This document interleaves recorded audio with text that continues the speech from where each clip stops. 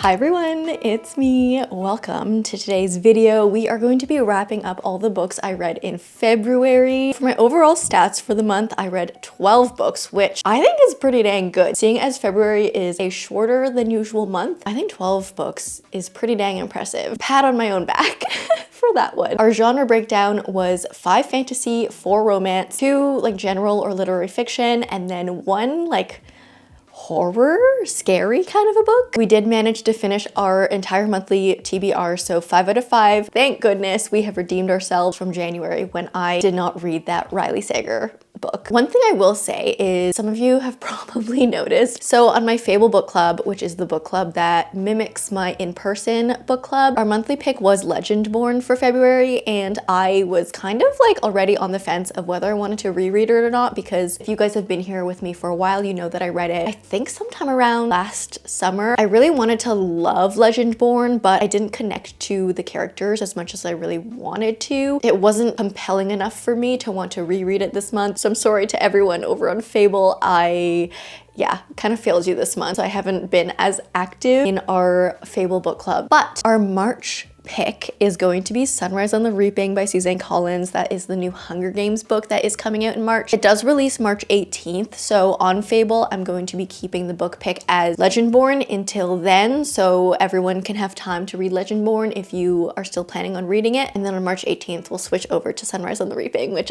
is a book I'm so excited about, and I definitely will be reading it. I have it pre-ordered. Once it arrives, we're getting into it. So Fable's gonna be a lot more exciting again in March, I think, but yeah, I'm sorry for letting you guys down. We did read 12 books. So getting right into it, we're gonna start with the 5 fantasies I read. We have Wisteria by Adalyn Gray. So I, as you guys know, have been making an effort to complete the series I'm in the middle of. So Wisteria is the 3rd and final book in the Belladonna trilogy, which means we did cross that off our list. And I've talked a lot about this one on my channel, but just as like the quick recap of what this book is, I always say this is like a Once Upon a Broken Heart meet Bridgerton meets a gothic fairy tale, because we have like a magical, whimsical fairy tale vibe. We have these like immortal fate characters, very similar to Once Upon a Broken Heart. And we have like Regency era courting, dating season, courting season. So it's very like Bridgerton-esque in that way. And then we have these themes of like poison and death and murder mystery. So we get like kind of a gothic murdery vibe there. I absolutely love this series. I enjoyed it from 1st book to 3rd book. The first 2 books follow Blythe, who is more of like a darker, deathly, poisonous type of character. Like her arc and her story and her character are much more of that gothic vibe. She has a whole history with poisons. She has an affinity for poisons and death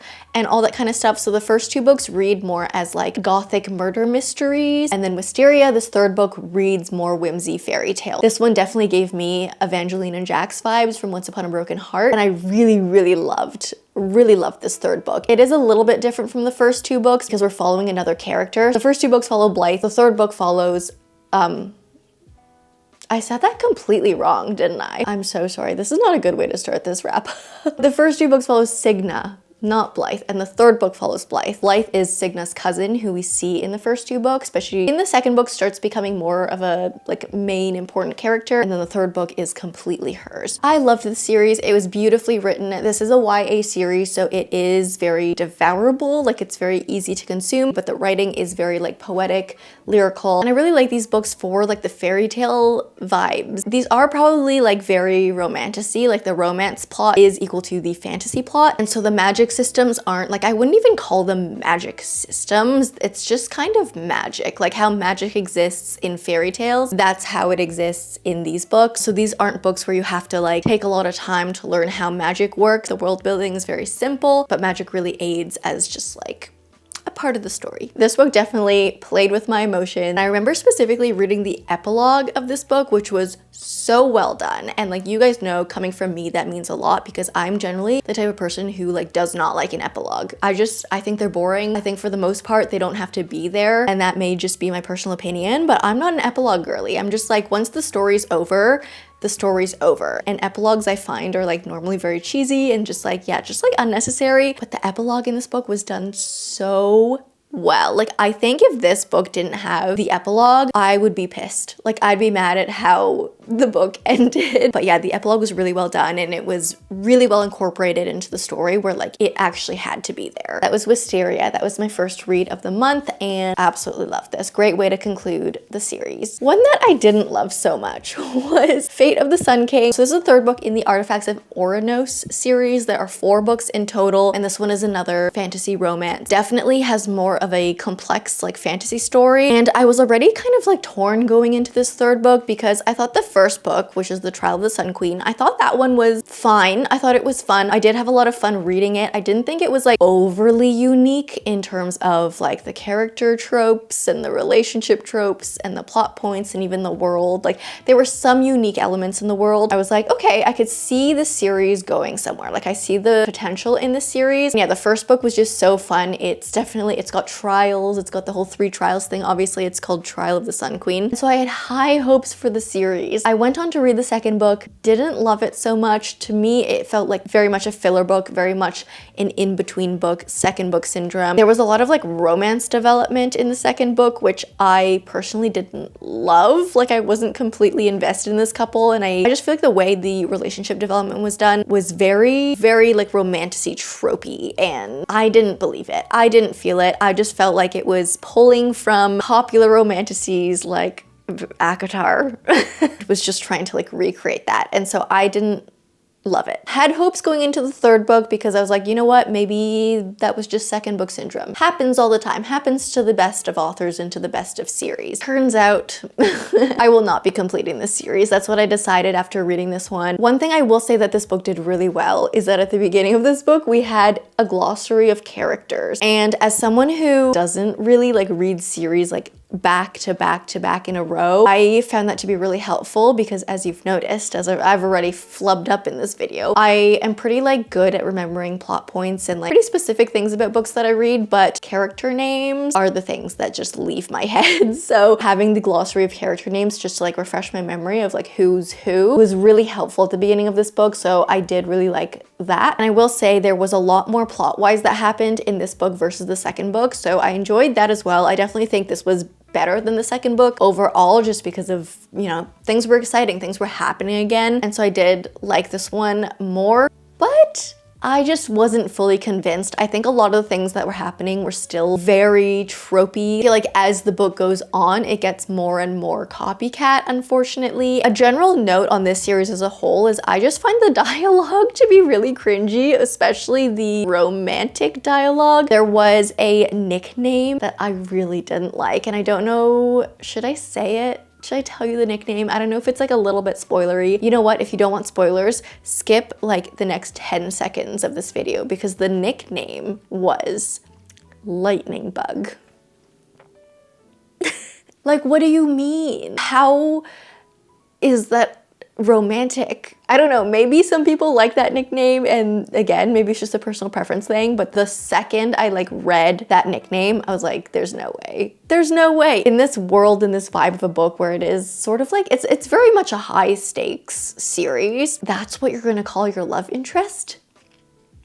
I just couldn't do it. It wasn't for me. I also think just something that's happening in the series is the more we go on and the more complex the plot becomes and the more we dive deeper into the magic system, the more I'm seeing holes in the world, and you never want that to happen. I feel like with this series, I had so much fun with the first book because you're just swept away in this really fast-paced plot that you don't really think too much about the details, but in the second book and in the third book, as I keep going, I'm like, oh, this world seems made up now because like we just keep throwing things in that don't make sense and don't, like, they're not cohesive with the things I learned about the world in the first book. I also found the characters to be like doing things that didn't make sense in terms of their intentions and like what they were supposed to do. Like, I mentioned this in my reading vlog when I read this, but in like most of this story, our characters were supposed to be hiding themselves, staying on the down low. They didn't want their enemies to know their location. And so, you know, I expect lots of secretive, you know, underground things, and I expect hiding and running away. But there were points in this book where like our characters were like attending huge parties and galas and like not really like trying that hard to disguise themselves, or like not trying to disguise themselves whatsoever really. And I was like, should you really be just like gallivanting around and attending these like big balls and parties? Like, didn't make sense. And so that being said, didn't love this book. It did end with a pretty significant cliffhanger, which honestly just made me mad when I read it. Again, knowing the tropes that have been thrown into this series as a whole, I knew that the ending of this cliffhanger was not as it seemed. And then I ended up looking at the plot summary, like the spoiler summary for the fourth and final book in the series, just because I was like, you know what, I'm like a little bit curious as to what happens in the end, but like I just want the Spark Notes version. Like I don't want to read through another like 500 pages of this. So I did decide to just DNF this series, and I looked up the spoiler summary, so I know what happens generally, and it's pretty much what I predicted. So that's Fate of the Sun King. Unfortunately, was not a hit for me. Rune and Rising, on the other hand, I really liked. This was the series finale of the Shadow and Bone trilogy. Another one checked off my list. I will say the series has more of a slow start. When I was reading Shadow and Bone, I enjoyed the first half of Shadow and Bone, but I feel like the way things wrapped up and just like the pacing of everything from the middle to the end of the first book was not great. It was not very strong, but I could see Leigh Bardugo's storytelling and like writing skills really developing throughout the series. So the second book I really loved,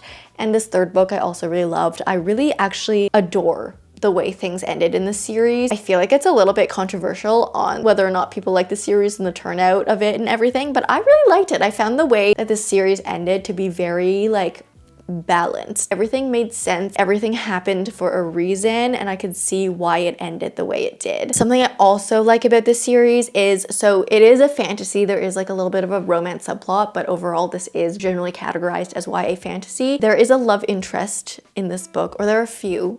There are a few like potentials that pop up, but there is one, the end game love interest, let's call it. I'm not gonna spoil who it is, but I found myself through the series to be like really roller coaster ride with him, like true ups and downs, where it was like, oh, I like you, and then it was like, oh, I really don't like you. It's like, oh, I like you again, and then I was like, oh, I'm sick of you, I'm bored of you, and then I was like, oh, I love you. And by the end of this book, I really appreciated the love interest and the journey that they went on. I think everything felt a lot more rewarding at the end because we did go through that roller coaster ride. I find with a lot of romance subplots and a lot of romantasy, I don't know, we just immediately love the love interest, and then we don't really go through ups and downs with them. Like it's like they go through ups and downs in their relationship, but as a reader, you're just like always loving them. You're rooting for them. You want them to be together. But with this series, I wasn't necessarily rooting for like the end game couple the entire time, and I found that to be interesting. I found that to be, yeah, even more of a rewarding read because it felt like I went through that roller coaster ride with them, and so it feels more authentic and genuine that way. So I really liked that. The series as a whole, again, it's YA, it's very fast-paced. It is very chosen one trope, so I know that's not something that everyone loves these days, but it is something that I love. It just, there's something about it that feels so nostalgic, reminds me of like the good old days of reading as like a kid or a teenager or even a young adult. I really loved it. I had a lot of fun with the series, more fun than I thought I would, because I feel like a lot of people talk down on this series. Everyone loves Six of Crows, but everyone's like Shadow and Bone was like mid. I'm gonna say, if you plan to read Six of Crows, if you haven't yet, read this trilogy first, because by the end of this book, I was like, wow, I really truly wish I read this series before Six of Crows, because as much as I did enjoy Six of Crows, I feel like I never immersed myself fully in the world. I didn't get all the world building that we get in this one. And after finishing the series, I'm like kind of tempted to reread Six of Crows now, knowing what I do, because I feel like I just have an overall bigger like appreciation and view of the entire world. I feel like I would just get way more out of Six of Crows now that I know like the backstory, like the lore of the Grishaverse. So read this one first. If you haven't read Six of Crows and you're going to, this one definitely obviously feels a lot more YA and a lot more like young than Six of Crows does, but I would still recommend it. Oh my god, this next book. Oh my god, this next book. Okay. Blood Over Bright Haven. Whoa. Did you see that? I just saved this book's life. I read Blood Over Bright Haven. Where do I start? Let's just start with what this book is, okay? This is a dark academia fantasy. I feel like this book is gonna fall again. I feel like it's leaning slowly. Why? Maybe because it's on my Kindle and my Kindle is like crooked. This is advertised as for fans of Leigh Bardugo, which obviously I just read a Leigh Bardugo book. I love Leigh Bardugo, and also V.E. Schwab, and then also for fans of Full Metal Alchemist. So I was like, this sounds so intriguing. I also read The Sword of Kaigen last year by ML Wang and loved it, so I was really excited to read another book from her. This one follows Sayona. We are living in a like very dystopian type of a city that is very high tech, but like only in the city core. So we have this very complex, very high tech magic system that powers the entire city and also acts as like a shield, like a barrier from like, I don't know, the scaries from the outside. There is a blight that is like attacking everyone who lives outside the city. And so it's a very dangerous world, but if you're like within the parameters of the city and within the shield, you stay safe. So it seems like a really like perfect place to live. It is the bright haven. And the way that this city is powered, there's like this very like alchemical sort of a magic system where energy is being siphoned from this thing called the other realm and then turned into like electricity or other types of power, forces, etc. There's a very like scientific magic system involved that like it's very reminiscent to coding. I studied computer science in school, so I feel like I kind of turned on my computer science brain when it came time to learning this magic system, so I found that really interesting. But our main girl, Sayona, is currently studying to become a high mage, which is like the highest rank of people who work kind of like as the city government to help power the city. So that's her goal. There's never been a female high mage ever due to, you know, various political reasons. And Sayona is working to be the first female high mage in history ever. As she grows, like climbs up the ladder, all the secrets, dark things within the city and the government start coming up, obviously. And so that is Blood over Bright Haven. As I mentioned, I feel like this magic system is like, it's one of the more complicated magic systems I've read. It's not like, for me, it wasn't hard to understand. I'm not sure if it was because I have that computer science background, and so kind of the algorithms of it and like how it worked were just like kind of like basic comp sci algorithms and logic. So I was able to pick up on it like pretty quick, but I can see if, I don't know, if someone doesn't have that background or doesn't have like a mathematical or scientific background, things might be a little bit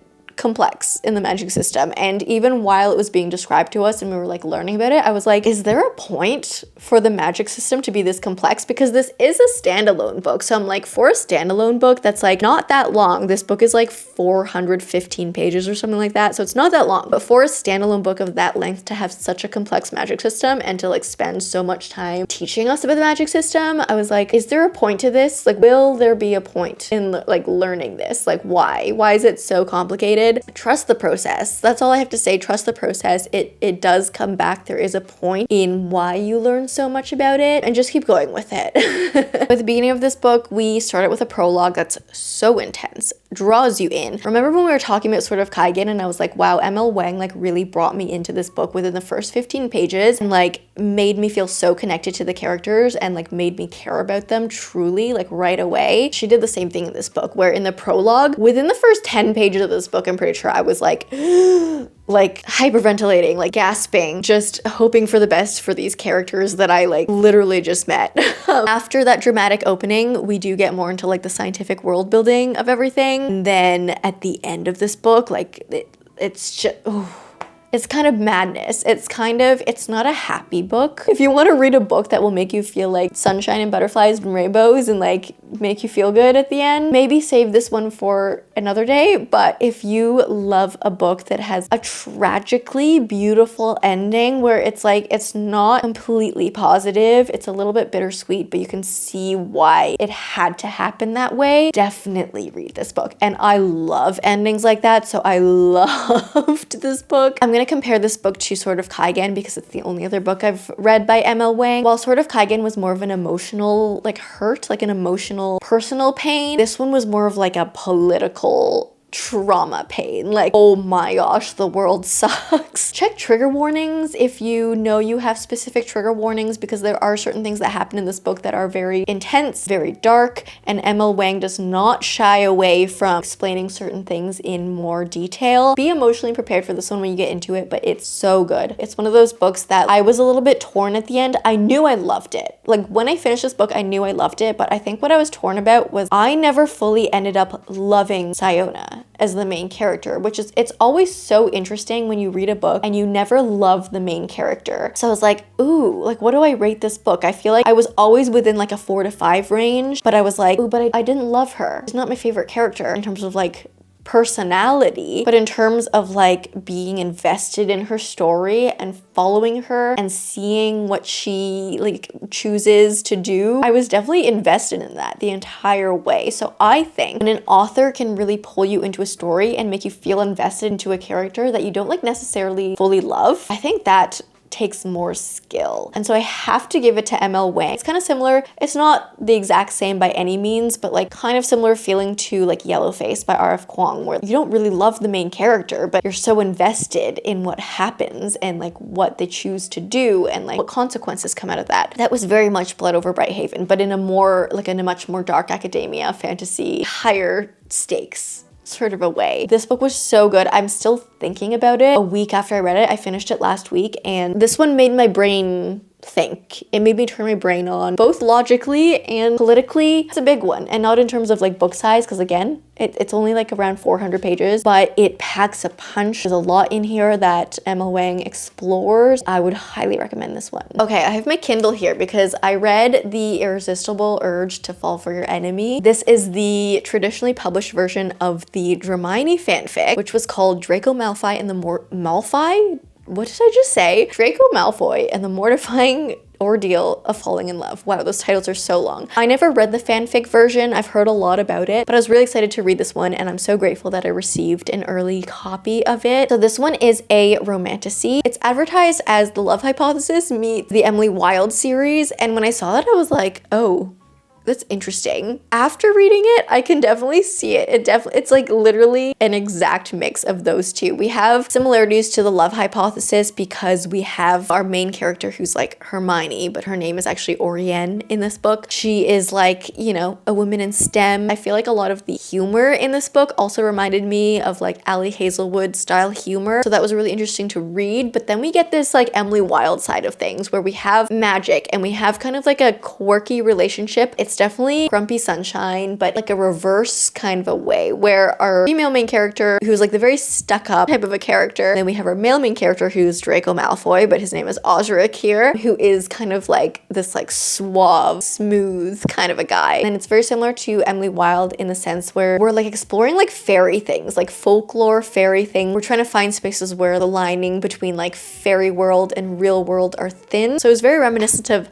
Emily Wilde in that way. And then obviously like the research portion of it was similar to Emily Wilde. So what is this one about? It is a slow burn, enemies to lovers, romantasy. As I mentioned, we follow Orienne, our healer, and a gentleman assassin, Osric. Osric is a part of the Firen Order. They get hired to assassinate people, essentially. And the Firen Order is enemies with the Halen Order, which is the healer's order, which Orienne is a part of. Osric is coming down with, you know, a health issue that must stay secret. It's very urgent, but he needs to find the best person to heal him, and that happens to be Orienne. So he seeks her out. They become this like very unlikely pair where, you know, they make a bargain, a deal where she will help heal him and then he will help fund the research that her and the Halens are doing. I was really excited for this book, and to be honest, I'm a little bit torn about it, which is so sad. So I feel like at the beginning of this book, I was loving it, absolutely loving it. I was like, this is gonna be another 5-star. I just read a 5-star read, and this is also gonna be a 5-star because it was just so funny at the beginning of the book. I was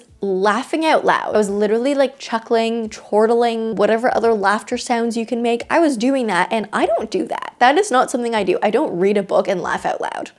Like, I just don't. I read a book and I'm silent, or I read a book and I cry. But for a book to make me laugh, that takes a lot. So the fact that I was laughing out loud while reading this is very impressive. But I will say, as the book went on, I think the plot just was not really there. There wasn't enough in the plot to warrant like such a long book. I think this was like close to 500 pages. And I know the fanfic's probably like 1,000 pages or longer. So this is already like trimmed significantly down. But I will say, like, as the book went on, I think around the 60% mark, I was like starting to feel fatigued from the book, and I was starting to feel like less excited to pick the book up again and continue reading. I just think not enough happened. There wasn't enough build up for me, and like there wasn't enough to like interest me in reading that many pages about something. I think this book would have been very successful if it was like a 300-page book, because I loved the concept, I loved the writing, I loved the humor, and I do think like there were so many cute moments in this book. It just like for me took too long to get there, and I'm normally normally a fan of slow burn, so this was too much. I also was very disappointed at the end because I didn't realize this book was a series. I 100% thought it was a standalone, but I finished this book, I read the last page, and I was like, wait, what? Like, we didn't conclude anything. Like, hold on. I looked it up and realized this is the first book in a series. I don't know how long it's gonna be, but yeah, I was expecting a standalone and I was expecting to know what happened to our characters and like how everything concluded, and I didn't get that from this book. So I don't know if I'm gonna be continuing on in the series, which is very sad because again, I was so excited to read this book and so happy that I got the arc. But while I think there were really, really great parts in this book, I think it just dragged on too long. And now knowing that it's a series and there's more to come, I can't see how far we can drag this series. But again, lots of great parts in this book, a lot of good dialogue. I'm torn. I don't know if I'll be continuing the series, but I'm glad I read it and I got some good out of it for sure. I feel like I've been talking for so long and I feel like this video is really long already, so we're gonna try and speed through. I did have a romance reading week this month because it was like February and I wanted to do something special for Valentine's Day, but I didn't really love the romances. Okay, gonna speed through these ones because I did spend an entire reading vlog with these. The Pumpkin Spice Cafe by Laurie Gilmore.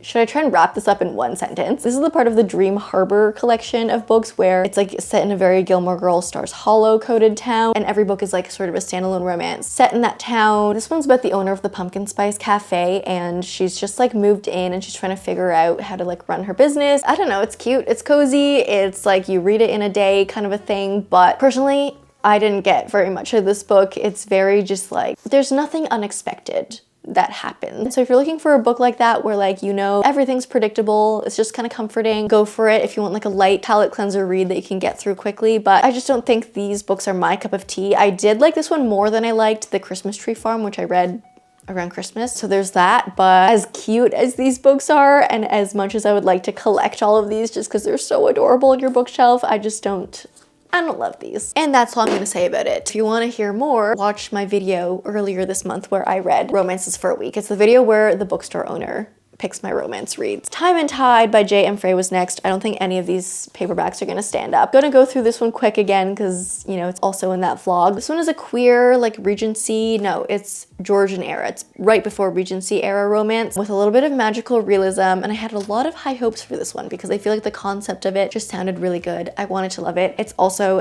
a stunning book, but we follow Sam who gets dumped by her girlfriend. They're on their way to the airport to go to a trip in Spain. She gets dumped by her and then the plane crashes. When Sam wakes up, she finds herself back in time to like the Georgian era, and so now she finds herself in a place where being queer was really not accepted, and so Sam has to like navigate that and figure out how to live her life there because now she's stuck in this Georgian era and there's a romance involved, so she meets someone in this previous time period. I just didn't really vibe with the writing in this one. I think I really disliked Sam as a character. I wanted to love her, but I just think the way she went about things was very over the top, kind of like really rude and condescending. There was also a lot of like body shaming that happened in this book that I didn't love. Like the main character was like body shaming people. As good as the concept was, I couldn't love because I just couldn't get behind Sam. And so I felt like I wasn't really rooting for her because I didn't like her as a character. And so this one was a little bit of a miss for me. We're gonna speed through this one too. Earl's Crush, or I always say Earl's Crush, but it's just called Earl Crush by Alexandra Vasti. I will say out of the three that I read in that video, this one was my favorite. It's another Regency era book. This one follows Lydia, who is like a rich heiress, but she's kind of reaching spinster age. She starts this like pen pal relationship with an earl, and they talk about like very politically radical things for the time. And through these like letters, she finds out that this earl is like really struggling with his finances, and so she decides, hey, I'm gonna go over to him, I'm gonna surprise him, and I'm gonna tell him to marry me because I'm so rich, I have no husband, I have nothing to do with my money,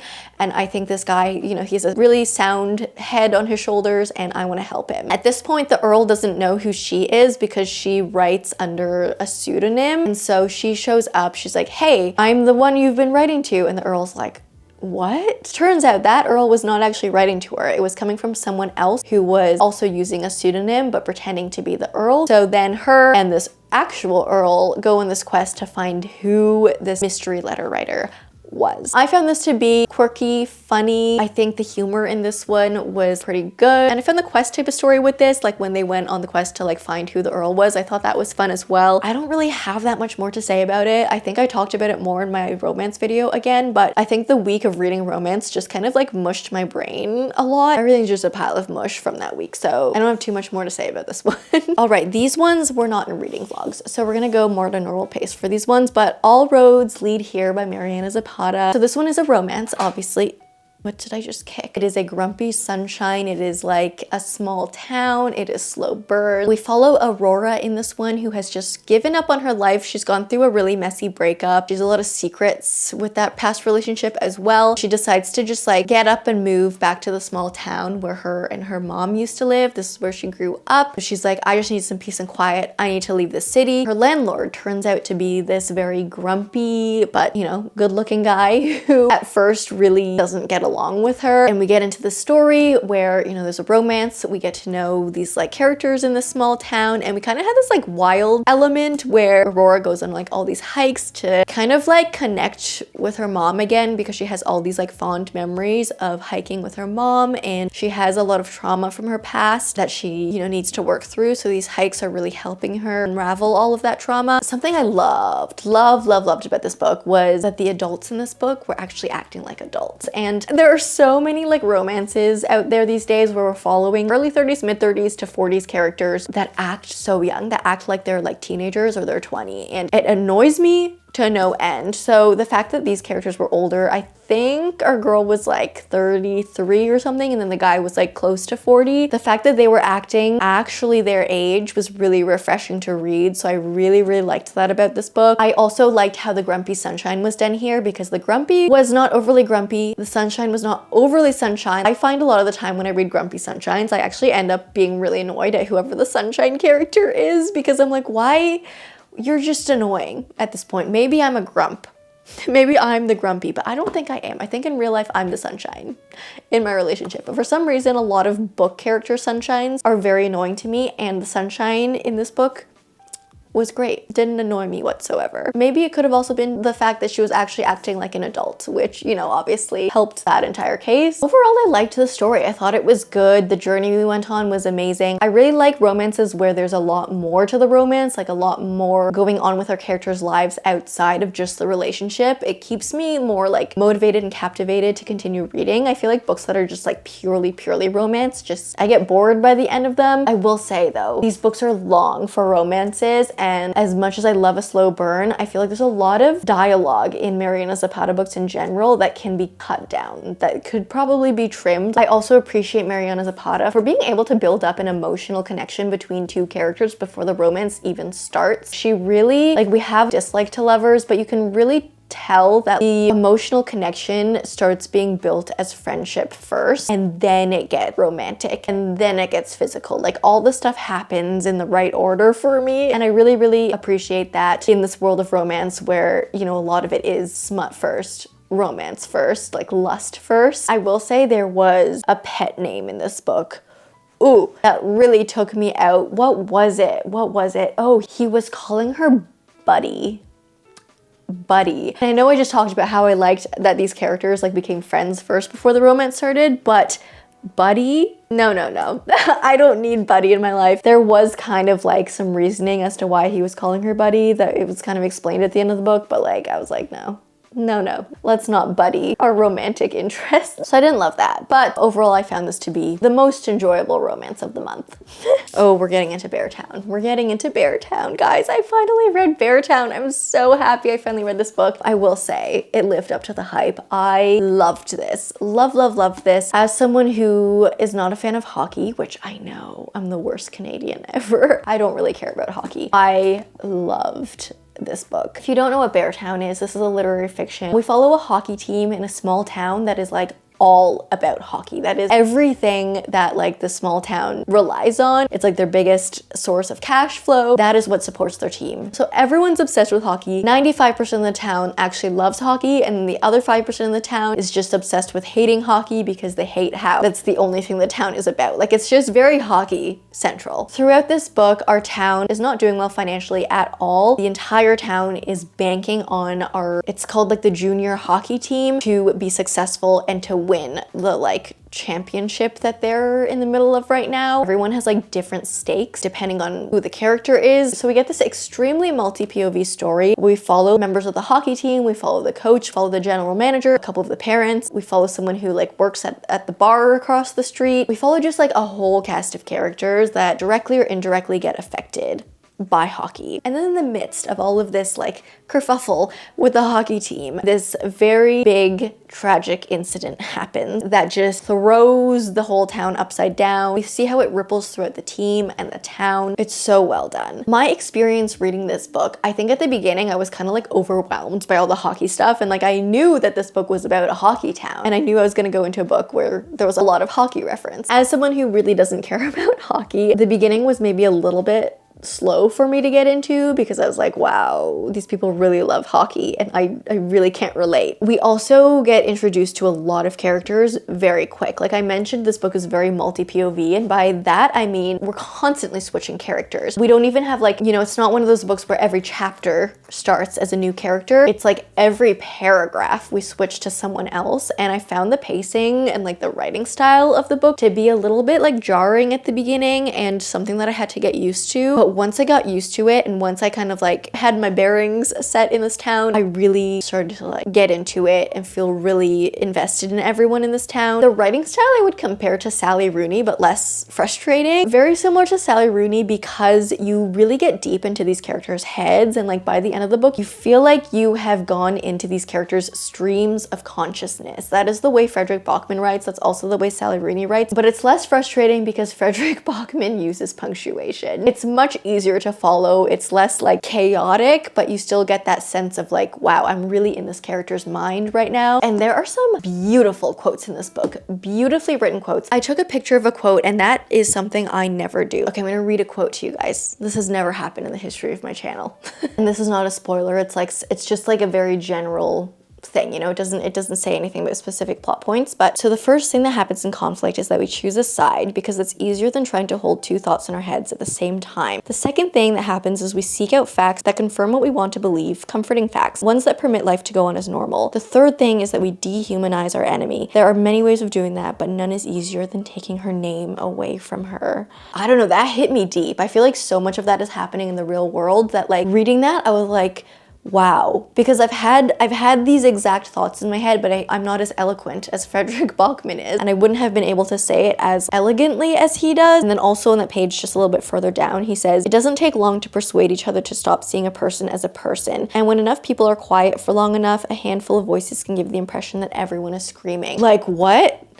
We're not gonna go on a whole rant on cancel culture right now, but that just really hit hard for me, and there were so many lines like that in this book that I was like, ooh. Yeah, by the end of this book, I didn't cry while I was reading this book, but I felt like that when your heart's like up here, like I felt that while reading this book truly. And I don't have the next book on my TBR cart yet, so I have to, once I'm off my book buying ban, I really need to get the next book, and I want to continue, and I need to know what happens with our characters. I loved it. It was so good. Okay, Blue Sisters by Coco Malors is what I read next. I think there are a couple of factors that came into play that made me enjoy this book less than I maybe would have. I think the first is that I read this right after Beartown, and sometimes the next book you read is just going to be rated lower just because, and I know that's unfair, but that's just how the reading experience works sometimes. I also think, so this is the book that I did my immersion reading experience with, and I didn't love immersion reading. I think a lot of it had to do with the fact that this audiobook, in my opinion, was not very well done, and I think that really altered my reading experience. I can see the good in this book. Again, I think if I read this book traditionally, as I usually do, I would have loved it a lot more than I did, but my immersion reading experience kind of tampered a little bit with it, and I'm kind of sad that it did. But this one's a literary fiction. It follows sisters. There are 4 sisters, but one of them passed away a year ago. So we follow kind of like this year later aftermath of how the other 3 sisters are doing, how their relationships are with each other, and just like how they're doing personally as well. Very slice of life type of a story where like, I guess like not much really happens, but things happen. It's like day-to-day things that are happening. We see these interactions with these sisters. There's not much plot going on. It's very slice of life. It's a very character-driven story. And I found the character kind of establishment to be really interesting. I thought the characters of the sisters were all so unique and different, and I was interested in all of them when I was first introduced to them. I just found as the book went on, I got bored of it. And again, I don't know if it was because of the immersion reading experience. In that video, I talk about how the audiobook, and like when you listen to audiobooks at like 3 times speed, which was the speed I was reading this book, the narrator starts to sound very robotic and very monotone. And I feel like in a character-driven story like this, you really need to hear the voices of the characters, and that's what I do like when I read myself. I use my imagination to like bring these characters to life in my mind, and having the narrator like in my head all the time in this monotone voice kind of stopped my brain from doing that. I think that's why I didn't get into this as much as I probably would have, to be honest. I feel like I would have really liked this book if I read it normally. I really wish I got more out of it. I am interested in reading more from this author because I do think her writing is beautiful, absolutely beautiful, and I do want to give her another chance because I feel like I just kind of ruined my own experience by doing the immersion reading for this book. That's kind of sad. But overall, my overall experience, immersion reading or not, I think this was a book with really interesting characters. I wanted more variation between the chapters. I feel like every chapter was sort of like repetitive. I wanted just like a little bit more variance between what happened chapter to chapter, and wanted more variance in kind of like the journey that all the sisters were going through. All right, we're down to our last book finally. Wow, I feel like whenever we do these wrap-ups, I'm like, that was long. But I think they're just all long. Something in the Walls by Daisy Pierce. This is something that is very out of my usual range of books. This is like a horror, really. I don't think I've read like a true horror in a long time. I've read like fantasy with horror elements recently, but I haven't read like a horror. But I've been out of a thriller mood, so I was like, maybe horror will work for me more. This is like a witchy mystery horror. So I guess there is sort of like magic in it, but it's not like magic. It's like paranormal experience, you know? It's like scary. We follow Mina, who is a child psychologist. She's kind of struggling with her personal relationship. Like her soon-to-be marriage isn't doing so well. She goes to this like group therapy session and meets this guy, I think his name is Sam, and then he ends up hiring her to come with him to investigate a case. He's a journalist. She goes with him to investigate this case where a 13-year-old girl is saying she's haunted, and people are accusing her of like being a witch and stuff, and so he wants to bring Mina along because Mina, as a child psychologist, might see something that could explain what's going on with her. And so yeah, we have a lot of like witch haunting, we have like seance scenes and stuff in this, exorcism vibes, and this book was like scary. This was scary. I don't think I've ever felt like truly scared while reading a book. Like the feeling you get when watching a scary movie, I tend to feel that a lot more when watching something versus reading something. This is probably the first book that's ever like truly scared me in my life. Like reading this, it was creepy. It was eerie. There were a lot of moments where I was like chills, like shivers, like I'm actually scared right now. So I think that was really well done by Daisy Pierce. And the first 30% of this book was really good. But I think after that point, it started feeling like nothing was happening. Like things were happening, but they weren't progressing the plot. It was just like scary things happening to be scary. So that kind of lost me. And then by the last 20%, I felt kind of bored with this book. And then I feel like the way this book concluded, like, was very meh. I wanted more of a satisfying ending after going through like what we did with this family, with this girl, with our main character, and with like the journalist and everything and the neighbors. Like I wanted everything to settle more in a satisfying way that like wrapped things up nicely, but yeah, the ending was highly unsatisfying for me. Mina was also one of those characters, like very stereotypical characters. When you're watching like a horror movie and you're seeing them like in denial of the scary things that are happening, that you want to like scream through the screen or through the page at them, you know what I mean? Like when there's obviously like paranormal things happening, but the character's like, no, this is just a case of this. This could be so easily explained. It's a real world practical cause. It's scientific. And Mina was definitely like that in this book. So it's one of those where you're like, oh my God, girl, girl. Please just accept the fact that you're being haunted right now and leave. Like, run. Definitely got that feeling while reading this. So that was kind of like, on one hand, frustrating, but also I guess that's the point of a lot of horror things, is like you're just screaming at them to leave and they don't leave. And that is the 12 books that I read in February. Let's put them back on the shelves.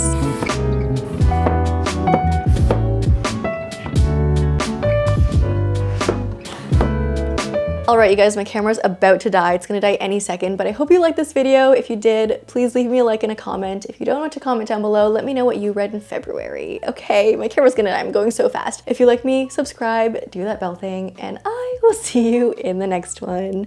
Bye.